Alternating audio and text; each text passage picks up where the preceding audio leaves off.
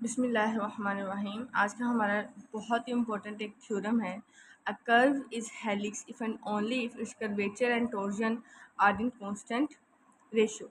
अब देखो उसने क्या है कि हेलिक्स के देखिए ये एक कंडीशन भी दे सकते हैं और दूसरी भी। वो ये कह रहा है कि अगर कोई हेलिक्स है आपके पास, उसके वो कर्व जो है वो हेलिक्स सिर्फ तब हो सकती है जब कर्वेचर और उसका टोर्शन कांस्टेंट रेशियो में हो। हमने बात की थी कि कर्व जो है वो प्लेन कब होती है, जब टोर्शन इक्वल टू 0 हो या बी इक्वल्स टू कांस्टेंट हो। सही है, ये बात की थी।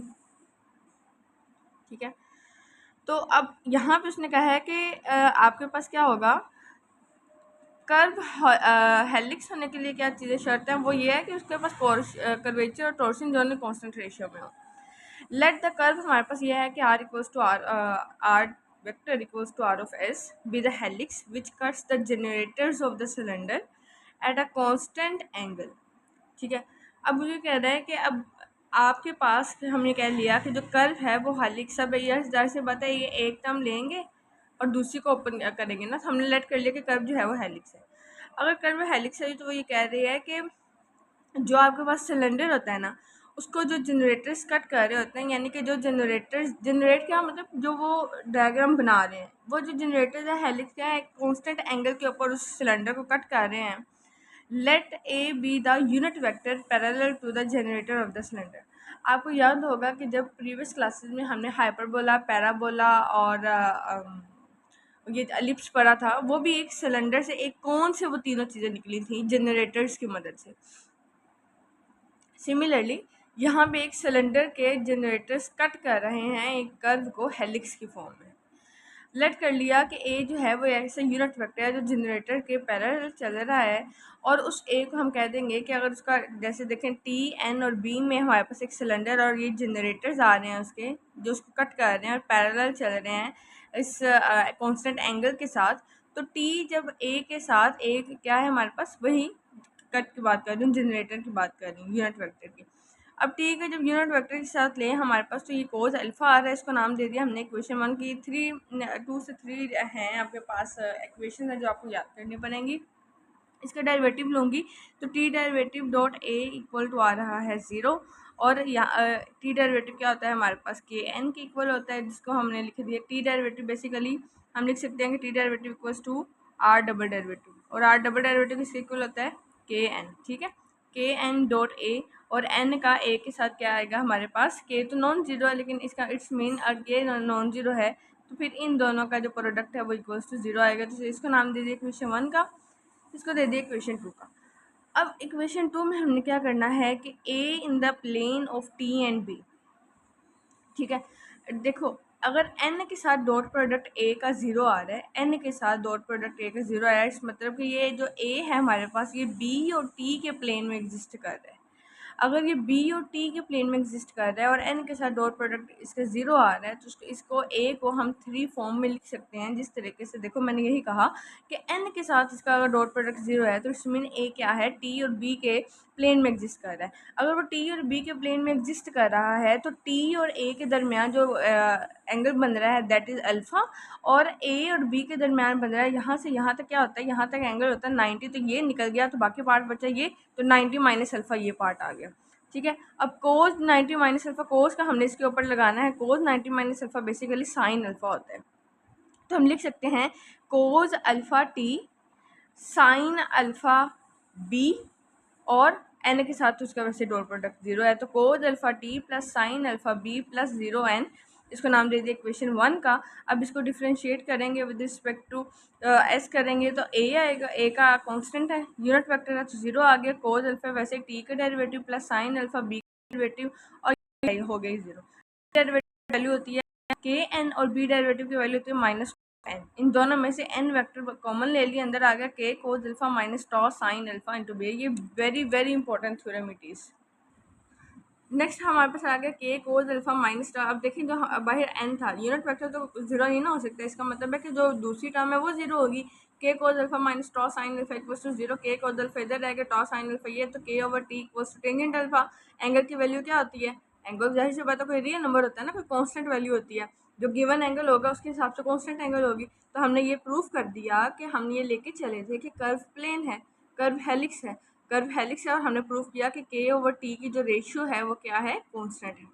अब सपोज करेंगे k/t के रेशियो को, अब यहीं से अब बैकवर्ड जब चले जाएंगे तो आपके पास लास्ट में प्रूव हो जाएगा, क्या प्रूफ होगा कि कर्व जो है वो एक हेलिक्स है। सपोज किया हमने कि कर्व हेलिक्स है तो k/t उसकी कांस्टेंट होगी। अगर k/t कांस्टेंट है, अल्फा कांस्टेंट है, तो मैं टेंजेंट अल्फा के यहाँ पे लिख सकती हूँ साइन अल्फा और कोज अल्फा। क्रॉस मल्टीप्लिकेशन करूँगी तो k cos alpha minus tau sine alpha equals to 0। k cos alpha minus tau sine alpha n आ गया, दोनों अंदर मल्टीप्लाई होगा, k n होता है tau dash minus tau n होता है b डैश। यही जो हमने ये वाला चीज़ प्रूफ किया ना, इसी से बैकवर्ड जाते जाओगे तो आपके पास रिक्वायर्ड आंसर निकल आना। लास्ट में इंटीग्रेट करोगे, आंसर आया T cos alpha plus B sine alpha equals to 0। जब इसका डॉट प्रोडक्ट टी के साथ लेंगे तो टी डॉट टी 1 हो जाएगा, बी डॉट टी 0 हो जाता है। यहाँ पे आ जाएगा cos alpha equals to a dot t आएगा। देखें मैंने दोनों साइड्स पे टी के साथ डॉट प्रोडक्ट लिया है ना, तो इसका तो 0 हो गया, टी डॉट टी 1 हो गया, तो cos alpha equals to alpha t, और ये cos alpha equals to alpha t, ये किसकी इक्वेशन है, हेलिक्स की, which shows that r of s is a helix. अब prove that a curve is helix. अब देखें ये जो मैं आपको एग्जांपल्स बता रही हूँ ना कि कर्व को प्लेन कब कहते हैं, तो मैंने आपको पीछे इसके 3 थ्योरम करवाए हैं। बी कांस्टेंट होना चाहिए, टॉर्शन 0 होना चाहिए, कर्वेचर कांस्टेंट होना चाहिए। इसी तरह से आपने एक टेबल बना लेना है कि कर्व हेलिक्स तब होगा, जैसे देखिए फॉर एग्जांपल आप एक ऐसा टेबल बनाते हैं, ठीक है, ऊपर लिखें कर्व।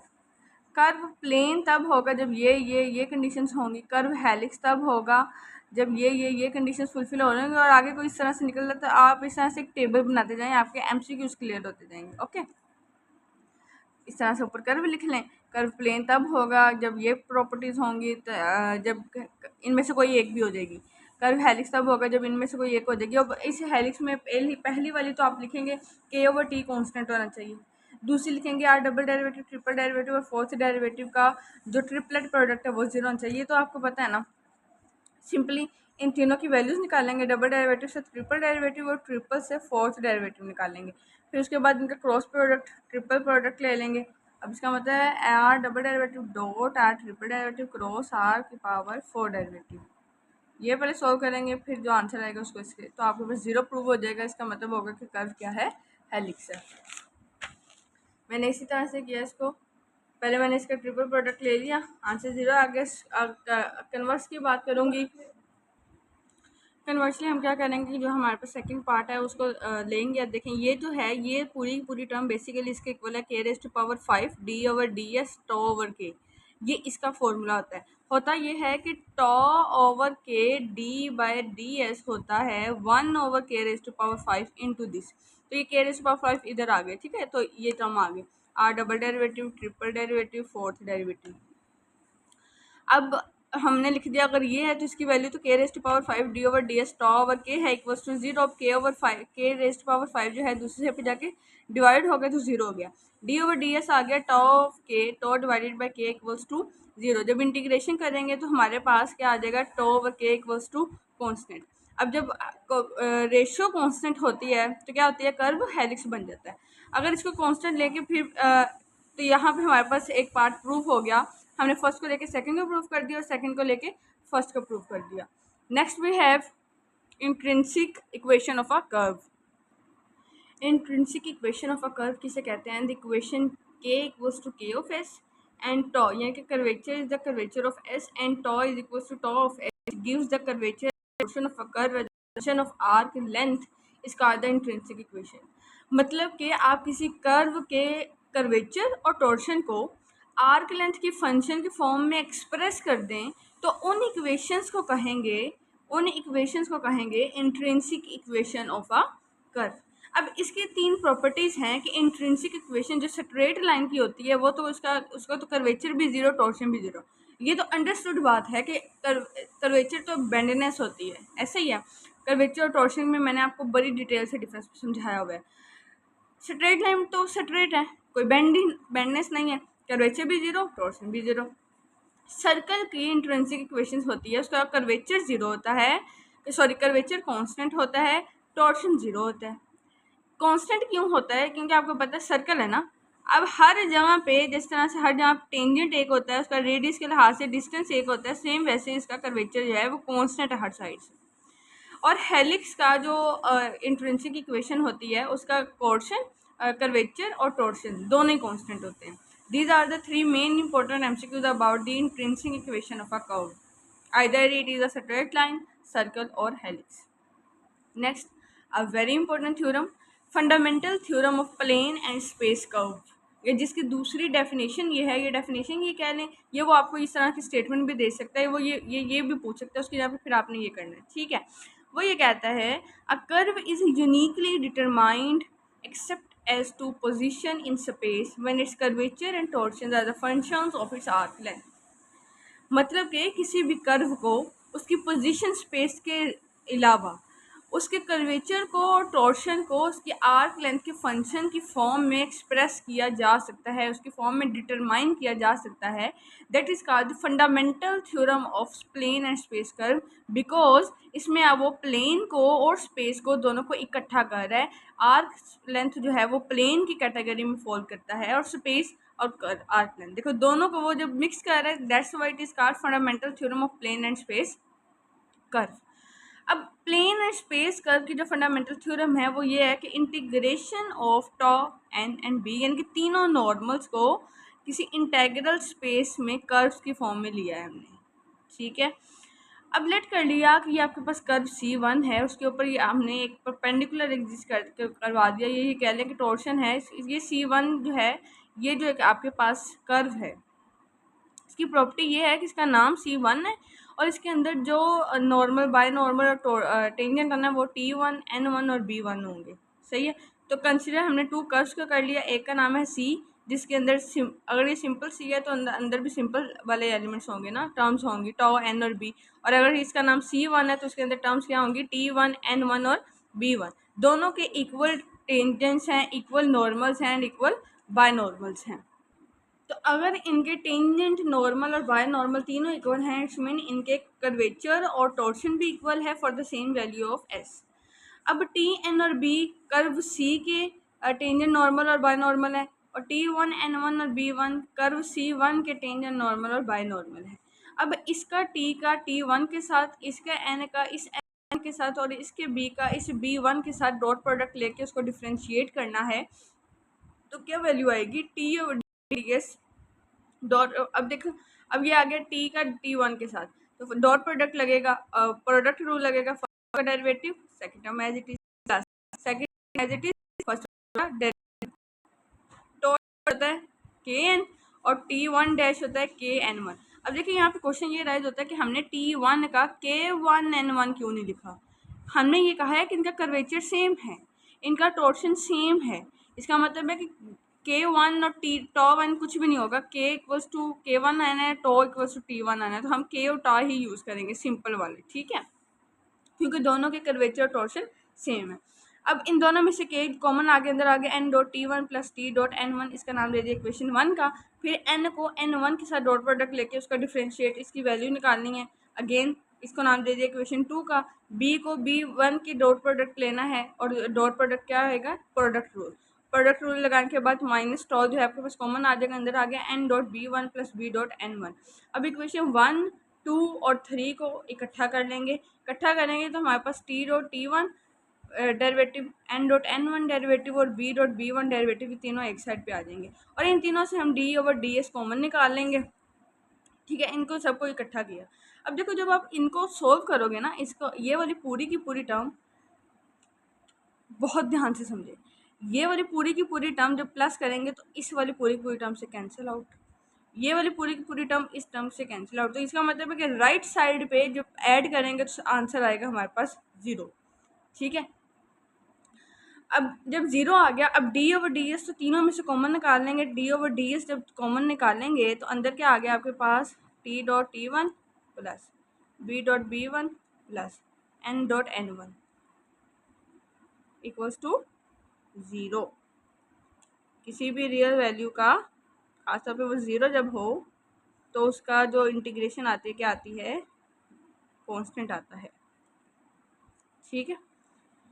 अब इंटीग्रेशन करेंगे तो इंटेग्रल और डिफरेंशियल एक दूसरे के एंटी पैरेलल हैं, एंटी हैं एक दूसरे के, तो ये तो कट जाएगा। बाकी आ गया T dot T1 plus B dot B1 plus N dot N1 equals to A is any constant which is obtained by the integration of 0। Now first move the curve one. अब C1 को आप ऐसे करें कि curve one को ना एक जगह पे एक जगह पे पोजीशन फिक्स कर दें, इनिशियल पॉइंट्स इनके फिक्स कर दें एक दूसरे के साथ और एक को मूव करते जाएं। अब देखो मैंने ये है ना, अब इसको यहाँ पे मैंने कहा कि move the curve C1, move the curve C1 such that the initial point coincide with the initial point of the curve. इसको इस तरीके से मूव करें कि एक दूसरे के साथ ले जाए और इनके इनिशियल पॉइंट सेम हों। सारी की सारी सेम होने की ज़रूरत नहीं और सारी की सारी सेम हो भी नहीं सकती। तो ये देखें मैंने क्या किया कि इनके इनिशियल पॉइंट्स को सेम कर दिया। फिर मूव करवाऊंगी तो ये एक दूसरे के ऊपर ओवरलैप कर देंगे। जब ओवरलैप करेंगे देखें, अब ये है एक लाइन, ये है ठीक है, अब इसी के ऊपर एक लाइन और है। तो मैं पूछूं कि इन दोनों लाइंस का क्या एंगल है इस लाइन के साथ, तो आप कहेंगे 180 है, दोनों का 180 है, दोनों अलग। सिमिलरली दोनों कर्व वन इक्वल, इसका इक्वल। जब हम मूव आएंगे इसका मतलब है T1 equals to T, N1 equals to N and B1 equals to B। अब जो हमने पीछे इक्वेशन निकाली थी T1 dot T plus N1 dot N plus B1 dot B equals to A, तो इसकी जहाँ पे T1 की जहाँ पे T पुट करूँगी तो T का T के साथ डॉट प्रोडक्ट 1 होता है क्योंकि सेम का 1 होता है। N1 की जहाँ पे N लिख दूंगी तो N का N के साथ डॉट प्रोडक्ट 1 होगा। B1 की जहाँ पे B लिख दूंगी तो B का B के साथ डॉट प्रोडक्ट 1 होगा, तो A इक्वल आ गया 3। इसका मतलब हम इक्वेशन को लिख सकते हैं जो पीछे हमने निकाली, T1 dot T plus N1 dot N plus B1 dot B equals to 3 for all corresponding points of the curve. हर पॉइंट के लिए ये इक्वेशन जो है वो सेटिस्फाई करेगी क्योंकि हमारे पास T1 इक्वल्स टू है T के, N1 इक्वल्स टू है N के और B1 इक्वल्स टू है B के। ये इक्वल कैसे हुए, जब हमने दोनों कर्व्स को एक दूसरे के पास मूव करवा के इनिशियल पॉइंट सेम किया, फिर अगेन मूव करवाया तो वो दोनों जो हैं वो कोइंसाइड कर गई, यानी कि पूरी की पूरी ओवरलैप हो गई। अगर t इक्वल्स टू T1 है, इसका मतलब अगर मैं दोनों साइड्स पर डेरिवेटिव लूँ तो t का डेरिवेटिव होता है r derivative, t equals to होता है r डेरिवेटिव और T1 इक्वल्स टू होता है R1 का डेरिवेटिव। डेरिवेटिव को हम ओपन करके लिखेंगे dr ओवर ds और dr1 ओवर ds। इस साइड पे आके ये माइनस हो जाएगा तो dr over ds minus dr1 over ds equals to 0। d over ds दोनों में से common, r minus r1 equals to 0। Integration करेंगे आगे हमारे पास r minus r1 equals to beta, जहाँ पे बीटा क्या है, कॉन्स्टेंट है। अगर बीटा आपके पास 0 हो गया, इनिशियल पॉइंट में क्या है, चेंज तो कुछ नहीं है ना, कोई एंगल नहीं है, तो बीटा कांस्टेंट है। अगर बीटा 0 हो गया तो इसका मतलब है r इक्वल्स टू R1 हो जाएगा। This is the fundamental theorem of plane and space curve. तो हमने स्टेटमेंट में यही बात की थी ना कि क्या होता है कि यूनिकली डिटरमाइन हम कर सकते हैं, तो r is equals to R1 यानी कि वो सारे के सारे करस्पॉन्डिंग पॉइंट्स सेम हैं। Next we have tangent surface and equation of tangent surface. Tangent surface क्या होती है कि ऐसी सरफेस जो किसी भी कर्व के टेंजेंट से जनरेट हो उसे टेंजेंट सरफेस कहते हैं। Surface generate by the tangent line on a curve is called tangent surface of the curve. अब इक्वेशन ऑफ टेंजेंट सरफेस क्या होगी, लेट कर लिया हमारे पास ए जो है वो कोई भी कर्व पॉइंट कर्व सी के ऊपर पॉइंट है एट अ डिस्टेंस एस, यानी कि ये कर्व यहाँ पे है ऐसे करके और ये पॉइंट है कर्व के ऊपर ए। अब किसी भी फिक्स पॉइंट ओ से, from a fix point O on the curve, let the position vector of A, यानी कि इस ओ का इस पॉइंट ए के साथ जो कर्व के ऊपर है उसका पोजीशन वेक्टर का आर, पी का ए के साथ है यू टी और ओ और पी के दरमियान जो डिस्टेंस है वो है आर। तो हम इसको पूरे को लिख सकते हैं A P equals to U T, A O equals to R and O P equals to capital R. और आपको पता है ट्रायंगुलर में, ट्रायंगुलर समेशन मेथड में क्या होता है, ओ पी इक्वल्स टू होगा ओ ए प्लस पी ए, ठीक है। तो ओ ए पी की वैल्यू क्या आएगी आर, दूसरे पे आएगा आर प्लस यू टी, यानी कि ये आपके पास आ गई equation of tangent surface. R of s u equals to are of s plus mu t of s. इस r of s equals to are of s plus इस mu कोई भी कांस्टेंट है ना आपके पास, इसकी जगह पे मैंने लैम्डा ऑफ एस लिख दिया into T of S which is the equation of any curve in tangent surface. अब नेक्स्ट वीडियो में इंशाल्लाह हम इन्वोल्यूट और एक्सवोल्यूट को देखेंगे और उसके रिलेटेड इंपॉर्टेंट एक एक थ्योरम को और उनकी एक एक इक्वेशन को देख लेंगे। तब तक के लिए अल्लाह हाफिज़।